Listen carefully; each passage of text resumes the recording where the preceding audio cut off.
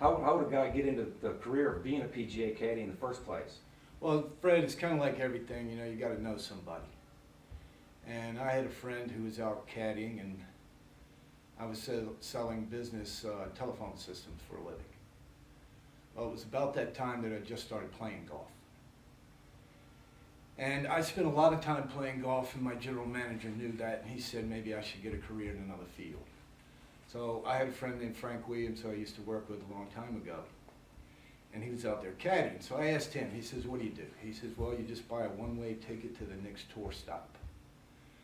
So I did. I met him there, and on Tuesday he took me out to the golf course, and I said, well, what do you do now? I've never caddied before. I never even club caddied. So he just says, hey, look, you just stay in the parking lot, you wait for guys to come up. If you know them, you ask them if they need a loop. So about 5 minutes later, Richard Zokol, Canadian golfer, came up, and was one of the few guys that I did know. And there were a bunch of other caddies sitting around waiting for, I don't know what, maybe their job or whether they were looking for a bag. So Richard came up, he says, hey, I got a caddy, I just need somebody for 9 holes today. Does anybody want to go? So Frank had just left. I ran back, found him. I told the situation to him. I said, what do you do? He goes, take whatever you can get. So I worked the 9 holes for Richard, and when we're done, he says, hey, I appreciate it, thanks, pays me $100. Next day, it's the Wednesday Pro-Am. I go out, I work the Wednesday Pro-Am. And after I left, I was going by the driving range, which is where the parking lot was. So Richard was out there by himself on the range hitting balls. I stopped by, I said, hey, Richard, did your man show up? And he says, no, my man couldn't get out of London because the week before was the British Open.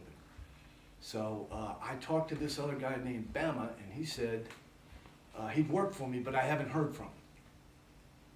So I said, well, look, what time you go off? He goes, I'm first off tomorrow. I'll be here at 6. So at 6, I showed up. Now, this is in Flint, Michigan. The clubhouse is situated to where the front side is where the players come in. That's all right, we can pick up. Well, now, the front of the clubhouse is where the players come in to park.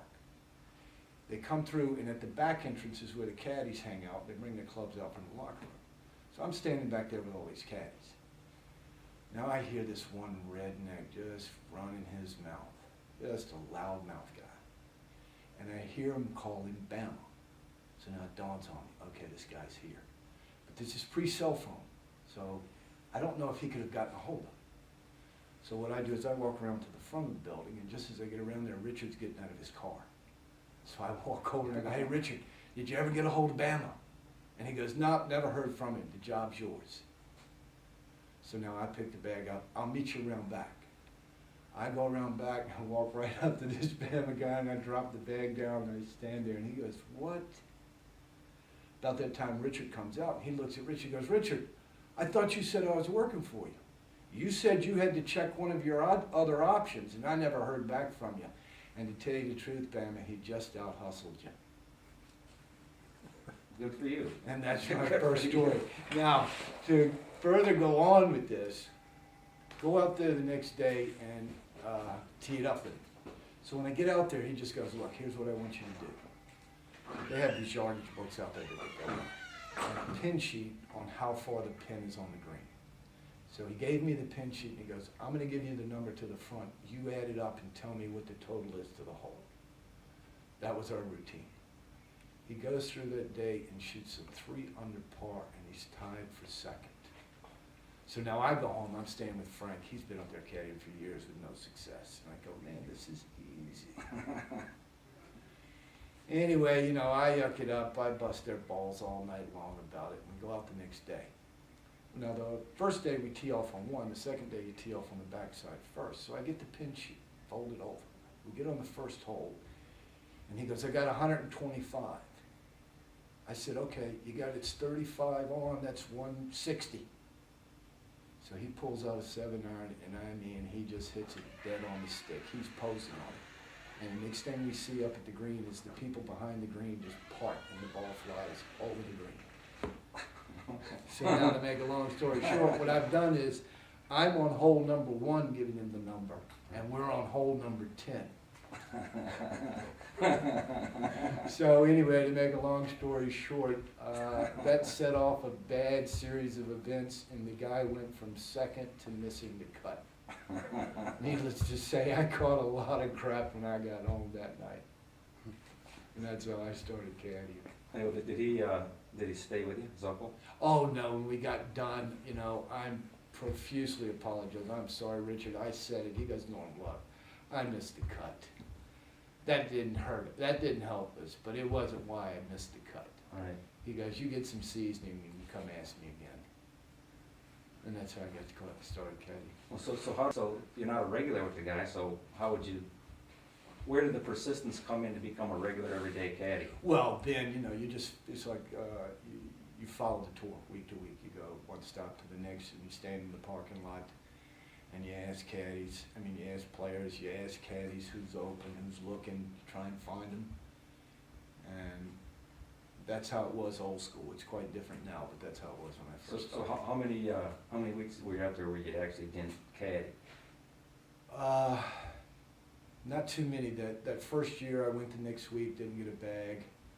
I picked up a bag here and there, but I had gone out late in the season, and there weren't that many events left.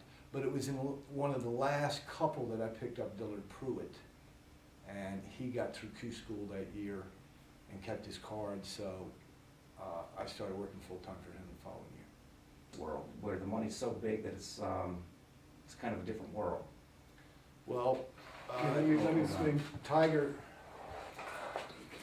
So how do you go from the old way of caddying to the new way, and the opportunities to become a caddy? Can you tell me something about the new way that the caddies have to go through getting out there? Yes, it's changed drastically now. It's like everything else, technology. But since, Tiger and their big TV contract money, the money has exploded in golf. It's, right now, when I first started out, the winning player won $160,000 was first prize. Now, the winning caddy share is somewhere in $110,000 to $120,000.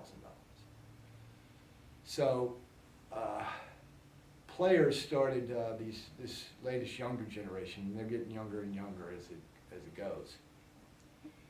They tend to bring out their friends because they can afford to now. Back when I started, a player would have to go out and get his own sponsorship money to be able to come out here and try to keep his card. And in that sponsorship money, he was paying his caddy. Now, with all the corporate money in golf, when you get a card, you get upfront money. So the guys started bringing, like a buddy on their college golf team, or a guy that they knew from high school that they were friends with. And because that money was so good, those guys got out there and figured, hey, I can't make this kind of money in the real world. And they're all sort of semi-pro golfers who think that they can learn more out there caddying and watching the pros and building up a little nest egg to in turn go out and become pros themselves. The money also became big. There was another new wave, which is ex-pros. They're out there caddying now because, hey, when they lose their ability to play and they can't make that kind of money, they're not prepared to go out in the real world and make the kind of money they're used to. And they can caddy because they can work for really good players. But the object is, to get the best player you can. And with the advent of phones and corporate money, agents became more prominent. Now these kids, when they sign up with the agents, they trust them to do everything. So then it became a networking system with the agents. So you try to get these kids right out of college and when they turn pro, because that's how young they're able to play out there now. When I first started 20 years ago, to see anybody out there younger than 28 that had been out there more than 2 years in a row was unheard of. Now all these kids are out there winning and they're 22, 23, 24, 25 years old.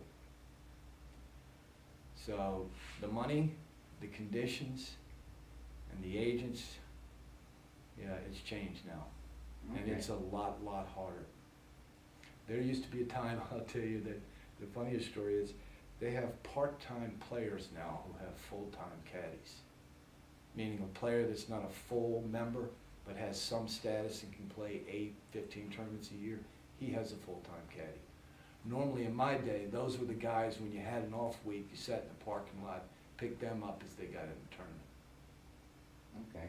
Hey, so since you've been out there for 20 years, you know, with the passing of Sevy, do you have any stories? Were you ever out teed up with Sevy or in a foursome with him or twosome? You know, Sevy was at the tail end of his career when I first started out there. I mean, Sevy's really last good years, I'm going to say 88, 89. But in 91, I was working for Dillard Pruitt, who was my first full-time player and first win on tour with him, which got us into the Masters. Well, we played the first 2 days, and I think we started the weekend in like 15th place, and were paired with Sevy. So now, towards the tail end of his career, Sevy really, he always sprayed the driver, but now he was really spraying. And we played with him on a Saturday and played good and shot 3 under 69. And Sevy hit 4 fairways and got it up and down from the ball washer and shot 3 under also. I mean, Dillard and I would sit there and watch him deep in the woods pull off miraculous shot after miraculous shot and just laugh and go, can you believe this? So because we both shot 69, they were both in the same position going into Sunday and were paired again. And Sevy, you know, being a pretty intense player, he doesn't have much to say or smile or do idle chit-chat when you're out there. So he didn't talk to us much yesterday. You kind of watched, but like I say, he's so far in the woods, you really never even see him until you get to the green. So anyway, the next day we go out, and Sevy was still struggling, but it caught up to him, and he wasn't getting it up and down anymore. So after about the 7th hole, and Dillard was still playing good, he came over to us and he says, you know, I know play so good today, good luck. And that's probably about the only things he said to us other than good morning. And Hey, so the Masters experience, so you're out there, huh? 4 Masters. I mean, is that special above and beyond the normal courses? I mean, as a golf, you know, someone that watches golf, it's the Super Bowl. So, what's it like with you guys? To me, it's the Mecca. Some people, you know, the Open is the golfing Mecca to them. But to me, Augusta is. It's played on the same course every year. No other major is. And it's played on a golf course that's tough and fair and exciting to watch. It has one of the greatest stretches where a close golf match can get so interesting. And the place is, you know, it's immaculate. I'll put it this way, I smoke and... Hey, so the Masters experience, so you're out there, huh? 4 Masters. I mean, is that special above and beyond the normal courses? I mean, as a golf, you know, someone that watches golf, it's the Super Bowl. So, what's it like with you guys? To me, it's the Mecca. Some people, you know, the Open is the golfing Mecca to them. But to me, Augusta is. It's played on the same course every year. No other major is. And it's played on a golf course that's tough and fair and exciting to watch. It has one of the greatest stretches where a close golf match can get so interesting. And the place is,